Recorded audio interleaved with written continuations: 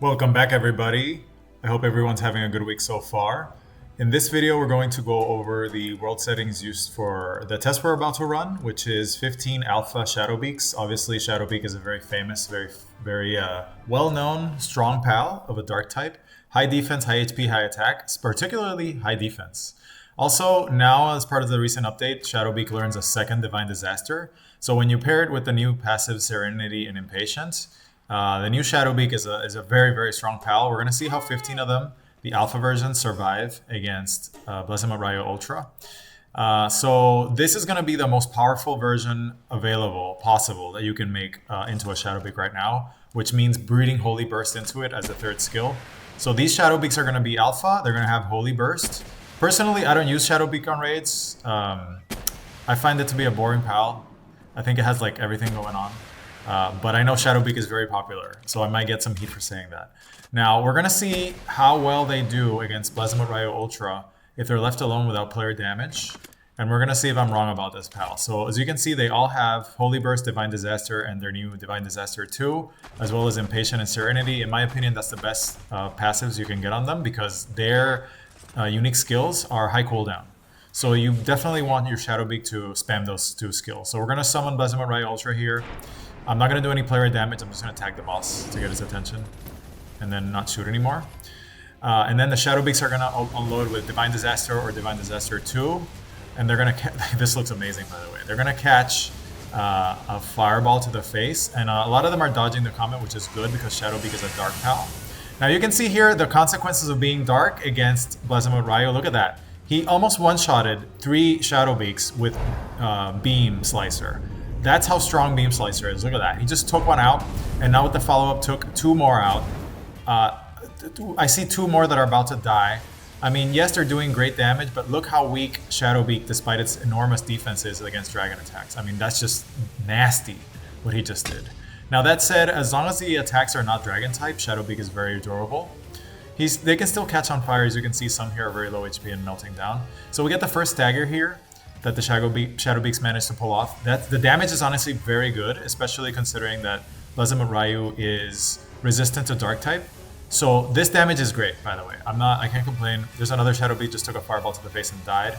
We have another round of Divine Disaster 1, followed up by the Divine Disaster 2, which looks spectacular, by the way. Best looking moves in the game, in my opinion. Look at that. It's like a laser light show. So we've got another Magna Crush coming. This is not good for the Shadowbeaks, obviously. This hurts the pal. It targeted me instead of the Shadowbeaks, which is actually good for them. Ooh, and another Beam Slicer at me. Look at my Ragnarok's life. It's just so hard hitting. So they're doing good as long as they don't eat dragon attacks. And this is pretty decent. Another Fireball took out another one. We got more Holy Burst coming. The damage, I have to say, is very respectable. If I was doing player damage on top of the Shadowbeaks here, I think we would manage to get the kill.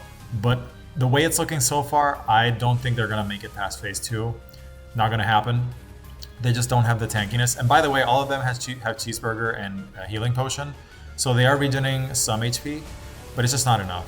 I mean, the damage is great though. I will say, even though this Dragon type resists dark attacks, the damage is amazing. I mean, if this wasn't a dragon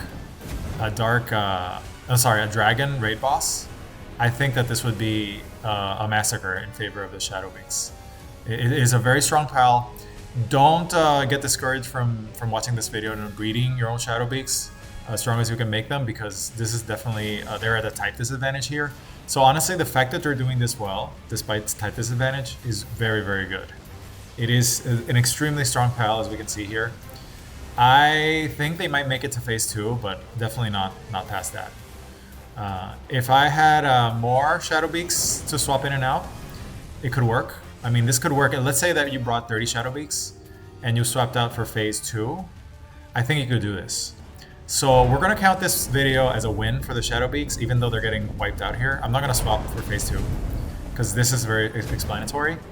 If you wanted to, so yeah, look at this. This is pretty good. They made it to phase 2 by themselves at a type disadvantage. Okay, that's really good.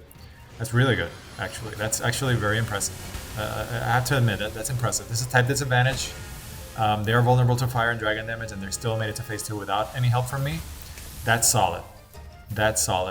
So we're going to chalk this up to a win here for the Shadowbeaks. Let's say that you wanted to do this with just Shadowbeaks. Totally doable. Let them get to the first phase, like you saw here, and then swap them out. Swap out 15 more Shadowbeaks to finish this, no problem. I think they definitely could. They can definitely wipe out the 370k life here. So Shadowbeak, I want to say, works against Plasma Riot Ultra. I think this is conclusive. This definitely does. This is good. This is solid. This is solid. So I'm making the call. If you breed 30 Shadowbeaks, you can farm Plasma Riot Ultra. Now, that said, those 15 Shadowbeaks you saw in the video do have Holy Burst, so obviously they're going to deal way more damage than normal against the Dragon type.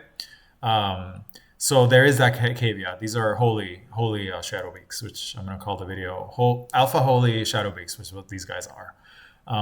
Now, that said, keep in mind, Holy Burst is a skill that I'm watching out for because I'm aware it might get nerfed in the future. A lot of people think it's too strong. It does crazy stuff for the damage. But this is a good showcase because it's still at a type disadvantage, so that kind of evens the playing field right now. Even if Shadowbeak did not have Holy Burst, or you don't want to use it on your Shadowbeaks, still incredibly strong pal, 100% worth it. We most likely will not get a Dragon Raid boss again for a bit. So I want to say 30 Shadowbeaks is a safe bet to invest in right now for any future boss. That was very impressive. Hope you guys enjoyed the video. Leave me a comment, leave me a like, and leave me feedback. Hope you guys have a good rest of your week, and I'll see you soon.